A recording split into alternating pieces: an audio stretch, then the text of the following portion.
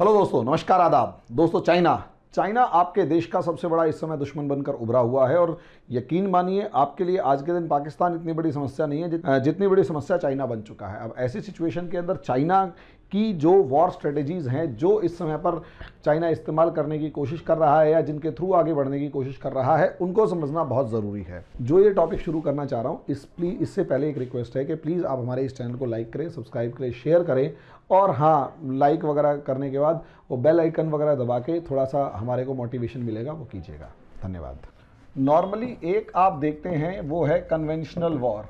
अब आप इस कन्वेंशनल वॉर के अंदर क्या करेंगे, एक तरफ आपने टैंक लगाया, दूसरी तरफ उन्होंने टैंक लगा दिया, आपने मिसाइल्स लगाई, दूसरी तरफ मिसाइल्स लगा दी, आर्मी वर्सेस आर्मी हो गया, एयरफोर्स वर्सेस एयरफोर्स हो गया। और इसके बाद अगर आप नेवल पावर देखेंगे तो नेवल पावर में वर्सेस नेवल पावर हो गया। तो असलियत में यहाँ nuclear bomb versus nuclear bomb, nuclear power versus nuclear power हो गया। दिस इज कन्वेंशनल वॉरफेयर, जिसके अंदर एक दूसरे के ज़्यादा से ज़्यादा लोगों को मारा जाएगा, एक दूसरे के ज़्यादा से ज़्यादा एरिया पर कब्जा किया जाएगा और एक दूसरे को ज़्यादा से ज़्यादा नुकसान पहुँचाने की कोशिश की जाएगी। लेकिन यहाँ पर अगर आप देखेंगे तो चाइना का एक थिंकर जो आज से लगभग 2500 साल पुराना, पहले की अगर आप बात करेंगे तो वो सिनजू था। सिनजू एक बहुत सिंपल सी बात कहता था कि असली लड़ाई वो नहीं, असली जीत वो नहीं जिसमें आप अपने लोगों को मरवा कर जीते। असली लड़ाई वो है जो आप बिना अपनी नुकसान पहुंचाए, कम से कम या बिना अपने आप को नुकसान पहुंचाए, सामने वाले को हरा दे। यहां से एक नया वॉरफेयर शुरू होता है, साइकोलॉजिकल वॉरफेयर। अब ये साइकोलॉजिकल वॉरफेयर क्या है, इसे समझिए। साइकोलॉजिकल वॉरफेयर अगर आप बांग्लादेश के मामले में देखें तो इंडिया ने बहुत अच्छा साइकोलॉजिकल वॉरफेयर निभाया।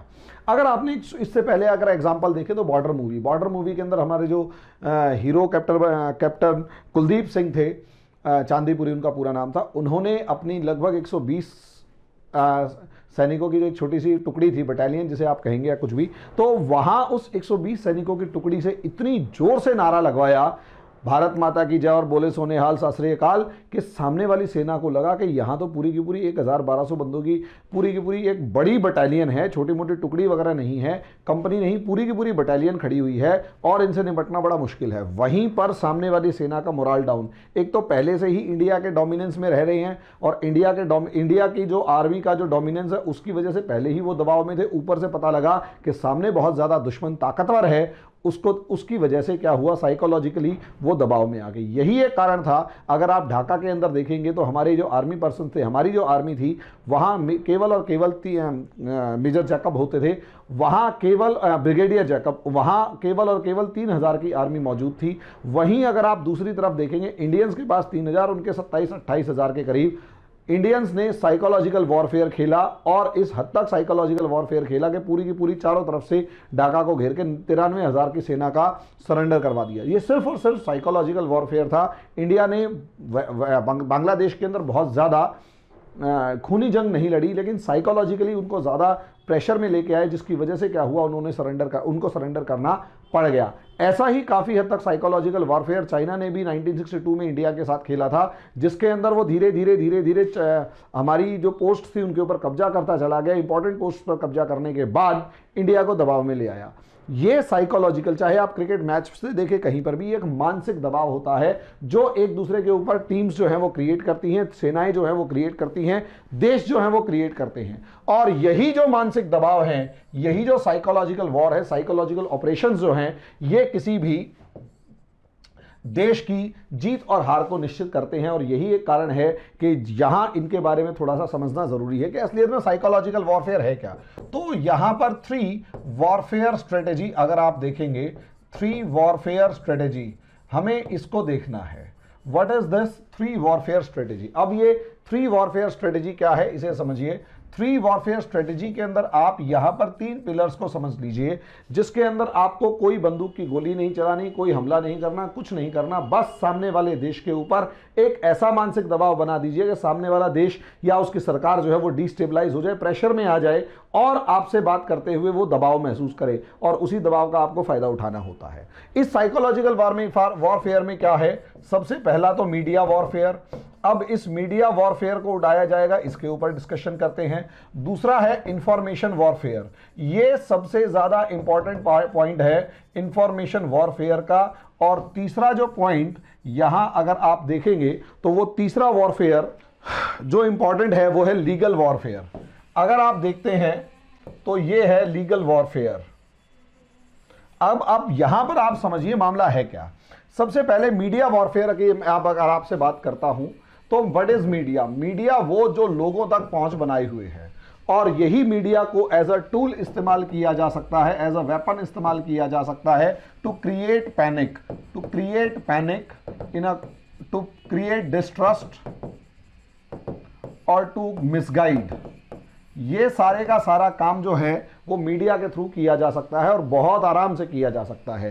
तो आपने कुछ नहीं करना, कुछ पैनलिस्ट जो हैं वो बिठाने हैं जो टीवी के ऊपर आपके पास आपके सामने आकर बहस करते हैं। उन पैनलिस्टों को बिठाएंगे और उन पैनलिस्टों को जानबूझकर पैसा देके उनसे ऐसी बातें बुलवाएंगे या ऐसी इंफॉर्मेशन को डिलीवर करवाएंगे जिससे एक देश की सरकार के अंदर पैनिक, एक देश की आम जनता के अंदर पैनिक क्रिएट हो। जैसे किसी भी एक मीडिया हाउस या उसके जो, क्योंकि media house normally business houses चलाते हैं, तो मीडिया हाउस को चलाने के लिए किसी भी बिजनेस हाउस के साथ एक छोटी मोटी डील करनी, क्योंकि इंडिया की समस्या सबसे बड़ी समझिए, इंडिया बाहर गौरिया गजनी से नहीं हारा, जयचंदों से ज्यादा हारा।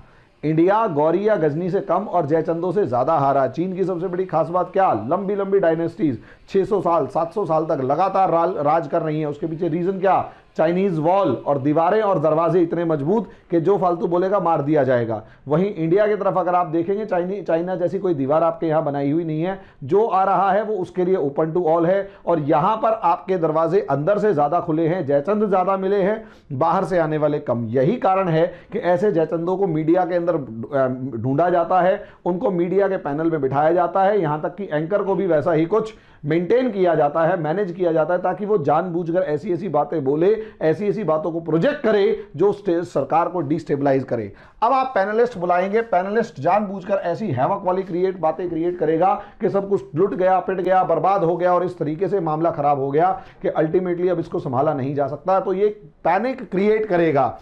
जब ये पैनिक क्रिएट करेगा तो उसका अगला सिस्टम क्या होगा, सरकार के ऊपर भरोसा खत्म किया जाएगा और साथ साथ उन लोगों को मिसगाइड किया जाएगा, जानबूझकर मिसगाइड किया जाएगा। और इसके बाद यहां पर किसी भी मूवमेंट को, यहां पर अगर आप देखेंगे तो मूवमेंट चलवाया जाएगा, प्रोटेस्ट चलवाया जाएगा और इस मूवमेंट और प्रोटेस्ट को जानबूझकर एक नो एंड पॉइंट पर या फिर ब्लाइंड पॉइंट पर ले जाया जाएगा, जहां पर एक जिसे कहते हैं डेड एंड पर इस तरीके से ले जाया जाएगा, डेड एंड पर इस तरीके से ले जाया जाएगा कि वहां से रिटर्न का कोई मामला नहीं है।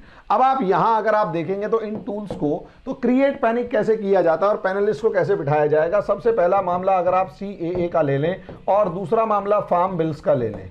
मैं ये नहीं कहता, देखो किसी भी डेमोक्रेसी के अंदर प्रोटेस्ट आपका अधिकार है, सरकार के खिलाफ आवाज उठाना आपका अधिकार है, लेकिन जब तक अगर वो मिसगाइडेड ना हो तब तक बहुत अच्छी बात है। लेकिन आप उसे सरकार से बात कीजिए, सरकार मतलब ये होता है किसी भी डेमोक्रेसी का सबसे बड़ा हथियार क्या है, बात करना, प्रोटेस्ट करना। आपके पास विरोध की आपकी शक्ति आर्टिकल 19 के अंदर खुल के दे रखा है कि आप हाँ प्रोटेस्ट कर सकते हो, देयर इज नो प्रॉब्लम।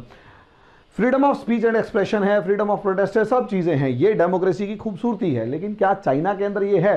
कभी नहीं है। लेकिन चाइना जैसे देश क्या करते हैं, वो डेमोक्रेटिक सिस्टम की इस सबसे बड़ी कमजोरी का फायदा उठाते हैं। वो किस तरीके से फायदा उठाएंगे? वो इस तरीके से फायदा उठाएंगे कि प्रोटेस्ट करवाएंगे, प्रोटेस्ट के अंदर सबसे पहले जानबूझकर प्रोटेस्ट का जो भी इशू होगा उसका पैनिक क्रिएट करवा दिया जाएगा। पैनिक क्या क्रिएट करवा दिया जाएगा? CAA वाला। CAA के पैनिक को अगर आप देखेंगे तो सबसे बड़ा पैनिक क्या था इसके अंदर कि आपको डिटेंशन सेंटर में रखा जाएगा, उठा के पटक दिया जाएगा, मार दिया जाएगा, काट दिया जाएगा, नंगा रखा जाएगा, पता नहीं जो भी है, कि हिंदुस्तान से बाहर निकाल दिया जाएगा। और मजे की बात यह है, मेरे पास भी मेरे पता नहीं कितने दोस्तों के फोन आए जो भले ही पढ़े लिखे हैं लेकिन बहुत ज्यादा उनकी क्वालिफिकेशन वगैरह नहीं है, तो उन्होंने भी मेरे पास फोन करके पूछा कि हरी भाई क्या सच्ची में हमारे को देश से बाहर निकाल दिया जाएगा? मैंने कहा क्या आपका दिमाग ठीक है कि देश से बाहर निकाल दिया जाएगा? आपके पास कोई प्रमाण पत्र नहीं है क्या भारत में रहने का? कोई school certificate, college certificate, police का चालान कटा हुआ कुछ तो होगा जो आपको तारीख से बता देगा। पहली बात तो CAA है क्या पता नहीं, NRC क्या है पता नहीं, आया कहां से पता नहीं। पता तो होना चाहिए कि पहली बार नहीं आया, पहले भी ऐसी ऐसी तारीखें हो चुकी हैं कि उससे पहले आए हुए हर आदमी को हम अपना मानते हैं। मिसगाइड किया गया, पैनिक क्रिएट किया गया। नतीजा क्या हुआ? पैनलिस्ट जानबूझकर बैठाए गए जो CAA के मामले में सीएए के मामले में मिसगाइड कर रहे हैं। सोच कर देखिए, स्वरा भास्कर जैसी एक पढ़ी लिखी लेडी जो अपने आप में बहुत क्वालिफिकेशन उसकी ठीक ठाक है, जहां तक मुझे पता है, वो पैनल के ऊपर बैठ के कह रही है सीएए क्या मुझे पता नहीं लेकिन मैं प्रोटेस्ट कर रही हूं, एनआरसी क्या है पता नहीं लेकिन मैं प्रोटेस्ट कर रही हूं। अब वो कह रही है ड्रैकोनियन है, यस ड्रैकोनियन है, बहुत खतरनाक है, लेकिन क्या प्रोविजन है पता नहीं। रूबिका लियाकत अली का मामला उनके साथ बिल्कुल बहुत अच्छे तरीके से दिखाई दे रहा है कि है पता नहीं। अब ऐसी सिचुएशन में अगर आप देखेंगे तो उस पैनलिस्ट ने क्या किया, एक पैनिक क्रिएट कर दिया कि बहुत भयंकर प्रावधान है, तुम्हें जेल में डाल दिया जाएगा। नतीजा क्या हुआ, यही किसान बिल के अंदर हुआ। फार्म बिल्स तुम्हारी जमीनें ले लेंगे, फार्म बिल्स तुम्हारी जमीनें ले लेंगे। मिसगाइड किया गया, और इस हद तक मिसगाइड किया गया कि आम किसान डर गया। मंडी खत्म कर देंगे, ये खत्म कर देंगे, वो खत्म कर देंगे, बातचीत का ऑप्शन खत्म कर, मतलब सोच विचार के दिमाग के ऊपर ऐसा कि तुम्हारे को बिल्कुल भूखा मार देंगे। ईस्ट इंडिया कंपनी आई थी, उसने तुम्हारे को भूखा मार दिया, XYZ टाइप की मिसगाइड। ऐसा नहीं है कि कमियां नहीं होती, किसी भी कानून में कमियां होती हैं, लेकिन मिसगाइड होकर प्रोटेस्ट करना एक अलग बात है और जेन्युइन चीजों के लिए प्रोटेस्ट करना अलग बात है। जेन्युइन चीजों के लिए प्रोटेस्ट करना तो लोकतंत्र की सबसे बड़ी खूबसूरती है, लेकिन मिसगाइड होकर प्रोटेस्ट करना और शोर ऐसा मचा देना कि पूरे देश में पैनिक क्रिएट हो जाए। पैनिक का अगला पार्ट क्या है, डिस्ट्रस्ट, कि सरकार के ऊपर भरोसा ही नहीं है। सरकार तो चाहती ही है। आप सीएए के मामले में देख लेंगे तो सीएए के मामले में सरकार के खिलाफ क्या मामला था। सीएए के मामले में कहा कि ये तो हिंदूवादी सरकार है, ऐसा ही चाहेगी। और एनआरसी के फार्म बिल्स के मामले में कि अडानी अंबानी की सरकार है। लोगों ने जाके अंबानी के वो जियो के टावर तोड़ने शुरू कर दिए, मोबाइल नंबर पोर्ट करवाने शुरू कर दिए। क्या था ये, मिसट्रस्ट, डिस्ट्रस्ट, सरकार के ऊपर भरोसा खत्म। और जैसे ही सरकार के ऊपर भरोसा खत्म, अगला स्टेप क्या, अब मिसगाइड कर दो कि पहले मामले को शुरू किया कहां से कि फार्म सीएए वापस लो, वो तो डेड एंड था कि सीएए वापस लो चाहे कुछ भी हो जाए। सरकार और लोग लड़ रहे हैं। यहां क्या, एमएसपी से मामला शुरू होता है और बिल वापस लेने तक मामला पहुंच जाता है। अब एमएसपी से शुरू हुआ, बिल वापस लेने तक पहुंच गया। सोचकर देखिए, एमएसपी से शुरू हुआ, बिल वापस लेने तक पहुंच गया। अब ऐसी सिचुएशन में क्या होगा कि एमएसपी से शुरू करोगे और बिल वापस लेने तक पहुंचा दोगे तो भाई सीधी सी बात है, एमएसपी से शुरू करके बिल वापस लेने तक पहुंचा दोगे तो सीधा सा आपके पास एक कंसेप्ट ये आ जाएगा, सीधा सा आपके पास ये कंसेप्ट आ जाएगा कि भैया देखो सीधी सी बात है, मिसगाइड कर दिया, बिल वापस ले लिया, जो भी है। अब ऐसी सिचुएशन में आप क्या करेंगे, बिल वापस है और सब चीजें जो भी हैं, अगर आप देखेंगे तो सरकार को नीचा दिखाएंगे, सरकार जल्दी से मानेगी नहीं। क्या होगा, दोनों पक्ष आपस में भिड़ जाएंगे। नतीजा क्या होगा, मिसगाइड। अब ऐसे में फिर उसके बाद इसी मीडिया का इस्तेमाल किया जाएगा विदेशों के अंदर आपको प्रोपेगेंडा वॉर चलाने के लिए, विदेशों में आपकी छवि खराब करने के लिए। फिर उसके बाद इंटरनेशनल जो सेलिब्रिटीज़ हैं, वो रायना से लेकर वो जो ग्रेटा थैनबर्ग है उससे लेकर मियाँ खलीफा तक अपना वो ट्वीट कर रहे हैं। अब मामले को इंटरनेशनल कर दिया। इससे क्या होगा, इस मीडिया के अंदर अब जानबूझकर यहाँ उसके साथ साथ जब ये मामले को इंटरनेशनलाइज कर देंगे, अब इंटरनेशनल न्यूज मीडिया के अंदर जानबूझकर आर्टिकल्स लिखे जाएंगे, भारत में किसानों के साथ अत्याचार, भारत में मुसलमानों के साथ अत्याचार, भारत में इसके साथ अत्याचार, भारत में उसके साथ अत्याचार, भारत में कश्मीर का मामला खराब है, लोगों को पकड़ पकड़ के मार रहे हैं, सब कुछ कर रहे हैं, पता नहीं। नतीजा क्या, इंटरनेशनल लेवल पर भारत की छवि को इतना ज्यादा खराब कर दो कि भारत सरकार उन्हीं मामले को निपटाती रह जाए। नतीजा क्या, भारत सरकार की आम लोगों में छवि खराब कर दो, आम लोगों में डिस्ट्रस्ट पैदा कर दो, आम लोगों के अंदर इतना गुस्सा पैदा कर दो कि वो सरकार के विरोध में हो। स्टूडेंट मूवमेंट चला था एक, यस स्टूडेंट मूवमेंट चला था। लोग शायद इस चीज़ को मानेंगे नहीं, मेरा मानना ये है कि कोई बड़ी बात नहीं है अगर वो स्टूडेंट मूवमेंट ज़्यादा दिन हो जाता, वो तो सरकार समय रहते चला गई, या फिर हो सकता है सरकार के ऊपर दबाव बनाने के लिए किसी विदेशी ताकत का भी कुछ ना कुछ हाथ हो। क्यों, क्योंकि आप ये साइकोलॉजिकल वार का बहुत बढ़िया एग्जाम्पल है कि एक तरफ आपकी सेनाएं बॉर्डर के ऊपर खड़ी हुई हैं और खासकर ये पूरा का पूरा मामला अगर आप उठाकर देखेंगे 28, 29, 30, 31 अगस्त और सितंबर सोचकर देखिए। आप आज भी अगर आपके जो लेफ्टिनेंट जनरल हैं उनका एक बयान आया है कि 31 अगस्त तक सिचुएशन ये थी, 29 से 31 अगस्त के बीच में, कि किसी भी समय लड़ाई हो सकती थी। और जिस समय लड़ाई हुई थी एग्जैक्टली उसी टाइम पर भारत में स्टूडेंट मूवमेंट स्टार्ट हो चुका था, 1 से लेकर 6 सितंबर के बीच में। सोच कर देखिए, साइकोलॉजिकल वॉर इसी को कहते हैं। और हमारे लड़के ट्वीट कर रहे हैं राष्ट्रीय बेरोजगारी दिवस। हाँ, हो सकता है आप लोग, और मैंने खूब खुल के कहा था कि हो सकता है आप लोगों को मिसगाइड किया जा रहा हो, और कौन सी शक्ति है पता नहीं, थाली बजा रहे हैं, ताली बजा रहे हैं और दिया लेके खड़े हुए हैं, राष्ट्रीय बेरोजगारी दिवस घोषित किया जा रहा है, नौकरी नहीं निकल रही। अरे हमारी सेना वहां पर समस्या में खड़ी हुई है और यहाँ नौकरी की वो हो रखी है। ठीक है, नौकरी जरूरी है, आज मांगो नौकरी, नहीं देगी तो सरकार हम आपके साथ हैं। लेकिन वो एक समय ऐसा था जो साइकोलॉजिकल वॉरफेयर का था, और जितने बच्चों ने, और मेरे वीडियोस के साथ भी वहां पर खूब मेरी ऐप के ऊपर आके डिसलाइक किया गया, अनइंस्टॉल किया गया, हू द हेल, कोई फर्क नहीं पड़ता। लेकिन मुझे रियलिटी पता है, मेरे देश के साथ समस्या आ रही थी और आज वो चीज प्रूव होती हुई नजर आ रही है। आप उठा के रिकॉर्ड देख लीजिएगा, ये रियलिटी है। और उन्हें शर्म करनी चाहिए जिन लोगों ने गालियां बकी मुझे कि आप ऐसे कैसे बोल सकते हैं, बेरोजगारी और सब चीजें। बेरोजगारी हर टाइम रहती है यार, सरकारी नौकरी हर टाइम, सरकार हमेशा नौकरियां निकालती है। कोरोना पीरियड में एग्जाम लेना ही पॉसिबल नहीं था तो सरकारी नौकरी कैसी। और आर्ग्यूमेंट्स हर किसी के पास होते हैं, काउंटर आर्ग्यूमेंट्स होते हैं, लेकिन उस समय, आज के दिन आप उस मामले को निपटा कर देखिए। मैंने बिल्कुल ठीक बोला था, आज मैं अपने आप को सही प्रूव कर रहा हूं। और जितने एक स्टूडेंट नेता बनकर मेरे पीछे खड़े होने की कोशिश कर रहे हैं, वो मेरे पीछे पढ़ने की कोशिश कर रहे थे, वो सारे गलत सिद्ध हुए। हमारे लेफ्टिनेंट जनरल कह रहे हैं आर्मी के, वो जो लद्दाख में अपॉइंटेड हैं, उनकी बटालियन वहाँ, उनकी जो पूरी की पूरी आर्मी वहाँ पर खड़ी हुई है, उन्होंने साफ कहा है कि 29 से लेकर 31 अगस्त के बीच का समय ऐसा था जब बिल्कुल सिचुएशन जो थी वो टेंस इतनी थी कि किसी भी समय लड़ाई शुरू हो सकती थी, क्योंकि इंडिया ने बहुत सारी चोटियों पर कब्जा कर लिया था और एकदम से स्टूडेंट मूवमेंट शुरू हो गया। यहाँ तक कि बड़े बड़े न्यूज़, बड़े बड़े जो चैनल्स थे, महिपाल सिंह राठौर जैसे, वो आके कह रहे हैं हमने ये किया, हमने वो किया। You were a puppet of something, someone, हो सकता है वो समय गलत था।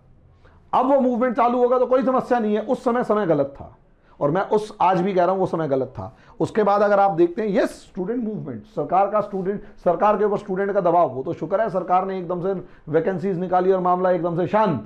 वरना आप देख सकते हैं कि इधर से स्टूडेंट्स को थोड़ा सा इधर उधर हो जाए और स्टूडेंट सड़क पे, सेना बॉर्डर पे स्टूडेंट सड़क पे। जयचंद यही तो होते हैं। मैं स्टूडेंट को जयचंद नहीं कह रहा, लेकिन उन स्टूडेंटों को भड़काने वाले तो जयचंद थे। एक टीचर आया सर पे जूता मारता हुआ कि मैं जूता मारता हूं अपने सर पे। अरे भाई, तुम भी फ्रस्ट्रेटेड थे, हम भी फ्रस्ट्रेटेड थे, दुनिया में कौन फ्रस्ट्रेटेड नहीं था इस टाइम पर। लेकिन अपने देश के साथ इस तरीके की, जब आपके बॉर्डर के ऊपर समस्याएं चल रही हो, आज डिसंगेजमेंट हो चुका है, आज जितना मर्जी प्रोटेस्ट करो, आज जूता क्या अपने सर पे पत्थर मारो, कोई समस्या थोड़ा है। लेकिन उस समय उन बेवकूफों का क्या किया जाए, उस समय उन बेवकूफों का क्या किया जाए जिन्होंने देश का बंटाधार करने के लिए पूरी तैयारी कर रखी थी। यस, यहां ये साइकोलॉजिकल वॉरफेयर का एक पार्ट था, जिसमें मीडिया को उस टाइम, ये तो खैर स्टूडेंट मूवमेंट वाला सारा मामला सोशल मीडिया का था, लेकिन मीडिया का तो था। यस, और सोचकर देखिए, डेड एंड पे सरकार उलझी हुई है। फार्मर्स प्रोटेस्ट, जानबूझकर फार्मर्स प्रोटेस्ट, सोचकर देखिए, उस समय पर अपने पीक पर थे जब देश बॉर्डर के ऊपर अपने एग्जिस्टेंस के लिए जूझ रहा था। हाँ, अब वो सोचकर देखिए, चाइना ने पीछे हटना शुरू किया, फार्मर्स प्रोटेस्ट भी गायब से नजर आ रहे हैं, दिखाई नहीं दे रहे। चाइना ने उधर से डिसएंगेजमेंट शुरू किया, इधर से फार्मर्स प्रोटेस्ट गायब है ही नहीं, कहां गया पता नहीं। आजकल वो कभी कलकत्ता जा रहे हैं, कभी कुछ जा रहे हैं, कभी कुछ जा रहे हैं, समझ में नहीं आ रहा क्या करें। उसके बाद एक ये मीडिया वॉरफेयर, अब ये मीडिया से क्या इस्तेमाल करेंगे, दुनिया के अंदर हिंदुस्तान को बर्बाद करेंगे, दुनिया के अंदर हिंदुस्तान की छवि खराब करेंगे। अब उसका असर क्या होता है, लोग इंडिया से अगर नफरत करेंगे तो इंडिया के प्रोडक्ट से लेकर, कंपनी से लेकर, लोगों से लेकर सबसे नफरत करना शुरू कर देंगे। नतीजा क्या होगा, इंडिया अपनी छवि को सुधारने में ही लगा रहेगा, दूसरे देश से लड़ेगा क्या। दूसरा इसके अंदर है इंफॉर्मेशन वॉरफेयर। इंफॉर्मेशन वॉरफेयर,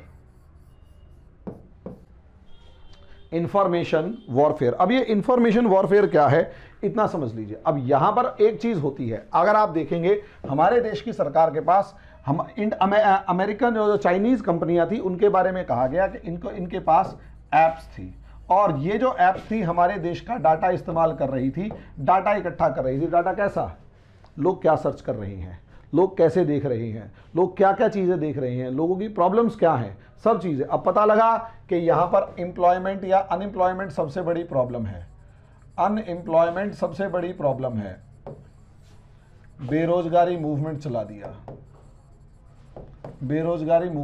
दिया, पता लगा यहां पर हिंदू मुस्लिम टेंशन है, समझे, पता लगा CAA के मामले के ऊपर उन्होंने बहुत अच्छे तरीके से फैब्रिकेट किया। इसी तरीके से पता लगा कि यहाँ पर कास्ट सिस्टम है, तो कास्ट सिस्टम के अंदर कास्ट डिवाइड क्रिएट करने के लिए बहुत सारे फेक मैसेजेस को निकालना शुरू किया। इसी तरीके से यहाँ पता लगा रीजनलिज्म जो है वो सबसे ज़्यादा है, समझे, खालिस्तान मूवमेंट जो है वो सबसे ज़्यादा है, उन्होंने ज़बरदस्त लेवल पर उसको प्रमोट करना शुरू कर दिया। ऐसी ऐसी जानबूझकर पोस्ट दिखाई जाएंगी और स्पेसिफिकली उसी इंसान को भेजी जाएंगी जो कि इस तरीके की मेंटालिटी रखता होगा। भड़काया जाएगा लोगों को सोशल मीडिया का इस्तेमाल करके, ऐप्स का इस्तेमाल करके, जानबूझकर ऐसे व्हाट्सअप मैसेजेस आएंगे, जानबूझकर ऐसे फेसबुक गूगल से लेकर इंस्टाग्राम से लेकर हर जगह आपके सामने फोटो वो घूम रही होंगी, आपको भड़काया जाएगा नदी। और जैसे ही ऐसा कोई छोटा मोटा मामला होगा उसे जानबूझकर उकसाया जाएगा।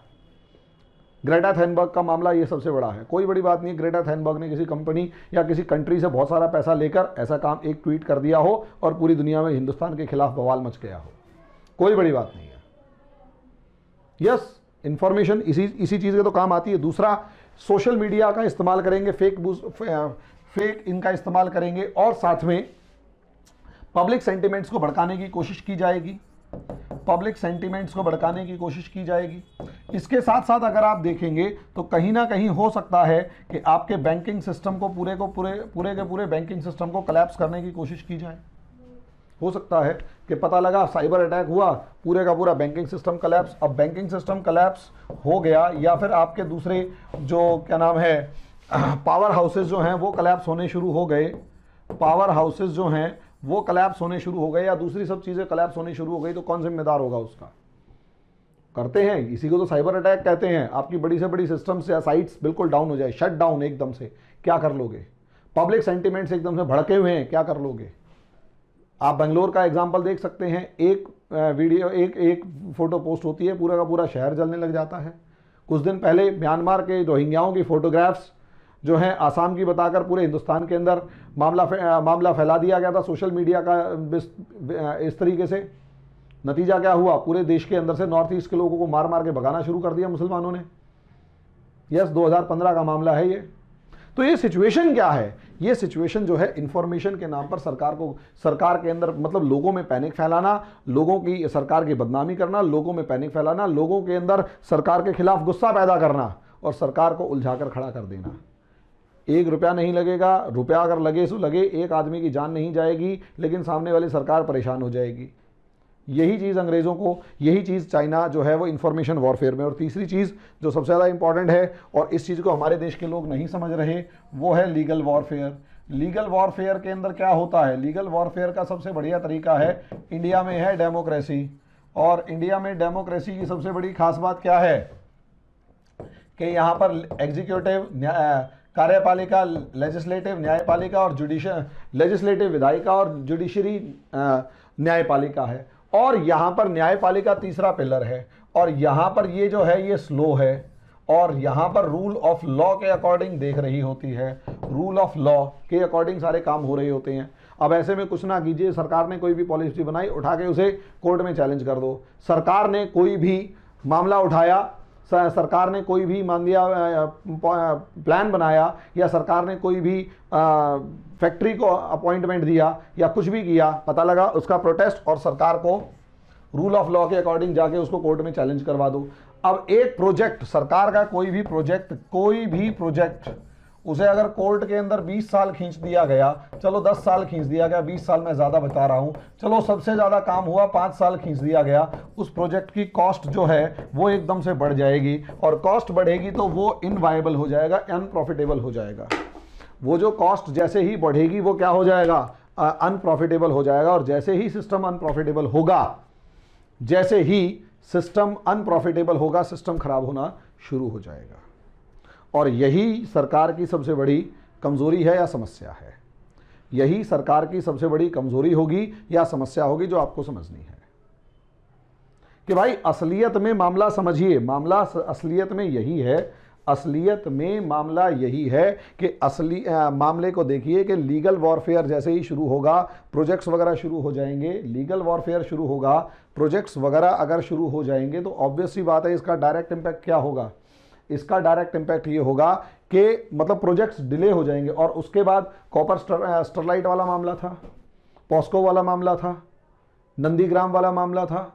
असलियत में क्या है कि एक प्रोजेक्ट को फेल करने का सबसे बड़ा तरीका क्या, पॉस्को के अंदर तो 50,000 करोड़ का इन्वेस्टमेंट होने वाला है, पता लगा आपने उस प्रोजेक्ट को पहले तो प्रोटेस्ट इतने किए, उसके बाद जाके कोर्ट में घसीट लिया, पॉस्को कंपनी ही भाग गई, पॉस्को कंपनी ही भाग गई। नतीजा क्या, आपके प्रोजेक्ट्स रुक गए। उसके बाद मान लिया हवाई जहाज खरीदने हैं तो हवाई जहाज़ों को उठाकर, मान लिया फाइटर प्लेन्स खरीदने हैं तो उठाकर उसको क्या कर दिया, एकदम से फाइटर प्लेन्स खरीदने आप उठाकर चैलेंज कर दो कोर्ट में, 10 साल मामला डिले। नतीजा क्या होगा, आज भी अगर आप देखेंगे तो आपने रफाल खरीदना था, 10 साल डिले कर दिया। अब हो सकता है आज के बाद आज के दिन आपके पास 40 से 50 रफेल या एक बहुत बड़ी संख्या में रफेल के बाद दूसरी भी प्लेन्स होते, लेकिन प्रॉब्लम क्या है कि अभी तक आप रफेल ही पूरे कर नहीं पा रहे हो सकता है 114 जो प्लेन खरीदने के सुखोई की बात की जा रही है वो आगे कितने साल बाद आए, आपकी ताकत कमज़ोर हो गई। तो यहाँ तो चाइना ने आपको कुछ नहीं किया, यहाँ आपके देश को कुछ नहीं किया, उसने सिर्फ और सिर्फ ऐसा माहौल क्रिएट कर दिया कि सरकार अपने कामों में, अपने या उससे लड़ने के काम को छोड़कर उसी से अपने कामों में उलझी हुई है। नतीजा क्या होगा, और ऐसे में जयचंद आराम से भरपूर हैं, भारत में मिलते हैं, ऐसे में होगा कुछ नहीं, सिस्टम जो है वो कलेप्स करेगा और आपका देश घुटनों के बल आता हुआ नजर आएगा।